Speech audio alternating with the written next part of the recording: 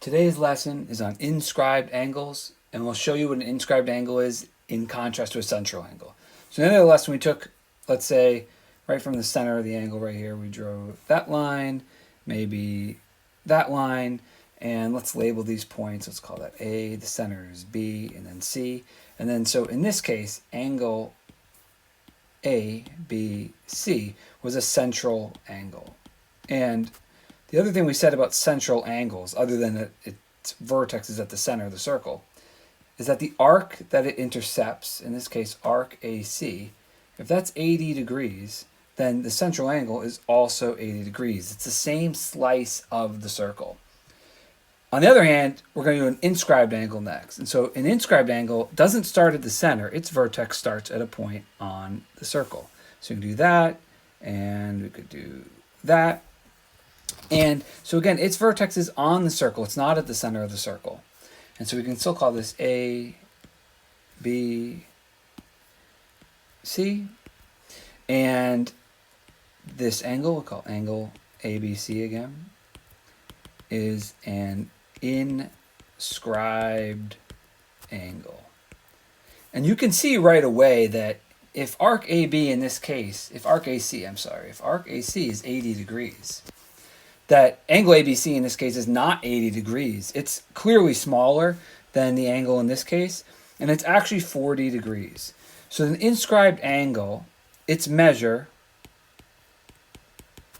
is half of its intercepted arc, which is what we call AC. We call it the intercepted arc because its chords intercept the circle at A and C. So again, its measure is half of the intercepted arc, whereas the central angle has the same measure as the intercepted arc. So what can we say about angle STR? So STR is this angle right here. And angle RUS is this angle right here. So we know that RUS, I'm going to highlight this. We know that RUS is an inscribed angle, and its measure has to be half of the intercepted arc. So we know that this arc has to be 62 degrees, right? Arc SR has to have a measure of 62 degrees. But if we look more closely, and I'm just going to switch to a different color here. If we look closely to STR, right, it intercepts the same arc. So it also has to be half of 62, which means that it also has to be 31 degrees. And so we can say that these are the same angle, the same measure, right? So they're the same angle, they're congruent, the same measure, and actually I'll write that too, they're congruent, because they're both 31 degrees. Now, an inscribed polygon is just a polygon where all of its vertices are on the circle. So you could have a triangle, and that would be an inscribed triangle. I could have a quadrilateral, so I'll just do that, anywhere I want really, right there. Now just connect the dots. There we go, 1, 2, 3, 4 sides, it's a quadrilateral. So both of these are inscribed polygons. This is an inscribed triangle. This is an inscribed quadrilateral. And both of these circles are circumscribed circles. They both go around each of the shapes, and they touch each of the vertices, or each of the vertices lie on the circle. Okay? There's two key things that we're going to dive into on these. One is with an inscribed right triangle.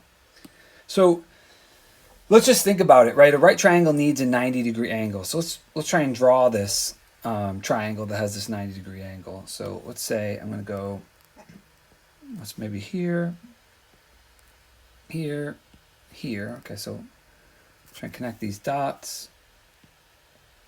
And didn't mean to do that. To do this.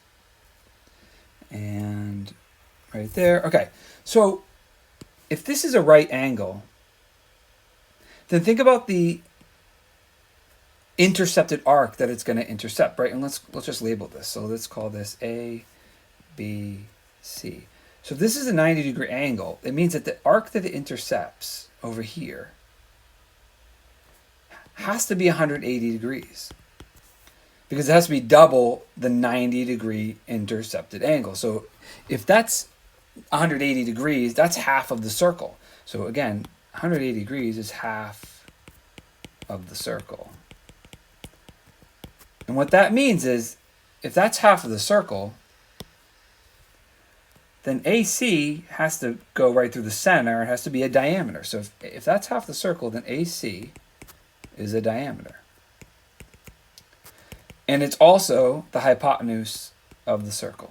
So if you have a right triangle and you inscribe it inside a circle, then the hypotenuse of that triangle has to be the diameter of the circle. Otherwise, it couldn't be a 90-degree angle because the intercepted arc wouldn't be 180 degrees. All right, so the one thing we need to drive home about inscribed quadrilaterals is not every quadrilateral can be inscribed, and you'll see why here. It has to have a particular characteristic, and you'll see why in a second.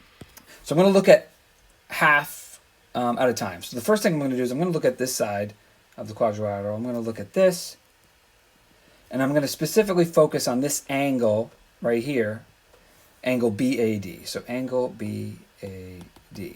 And so I know that the measure of that angle has to be half, because it's an inscribed angle. It has to be half of the intercepting of the arc that intercepts. So it has to be half of BCD.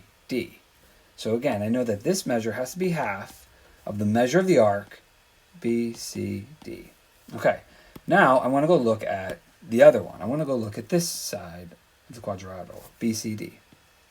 And specifically this angle BCD. Okay, so I know that the measure of BCD, of angle BCD, has to be half of the arc that intercepts, so which would be this. It would be from B all the way through A to D. So it would be half of arc BAD. So this is half of arc BAD. Okay? And what do I know about the two things? Well, I know that if I take BCD, this arc, plus BAD, I go all the way around the circle. So I know that these two things together have to be half of the whole circle, right? So I know that the measure of BAD plus the measure of BCD, if I add those up, they have to be half of the whole circle. And I know that the whole circle is a 360, so I know that they have to be 180 degrees, which means they have to be supplementary. So the key here is, for a quadrilateral to be inscribed in the circle, opposite angles must be supplementary. And if they're not, then it's not going to work. And it applies for all of the opposite angles. So for instance, I know that angle B, just for shortcut, I'll just call it B, is ABC, plus D has to be 180. All pairs of opposite angles have to be supplementary. Otherwise, it's not going to work. And that carries us into our last problem. So to find the value of each variable, all I need to do is remember that all pairs of opposite angles have to be supplementary. So for instance, I know that 80 plus X has to be supplementary, has to equal 180. So I know that X is 100 degrees. I also know that 75 plus Y has to be 180. And so I know that Y has to be 105 degrees. And if I add them all up, I'm going to get 360 degrees. Okay? So just box those. And over here, no different, right? I know that any pair of opposite angles, like this angle and that angle, have to be supplementary. So I know that 2A plus 2A is 180. 4A is 180. And so A is 45. 45 times 2 is 90, times 4 is 180. And the same applies for the 4B and the 2B. I know that 4B plus 2B equals 180, so 6B is 180, and so B, if I divide by 6, is 30. So I know that all pairs of opposite sides have to be supplementary, otherwise the quadrilateral would not be inscribed in a circle. And so using that rule, it's pretty simple to find the measures of those variables.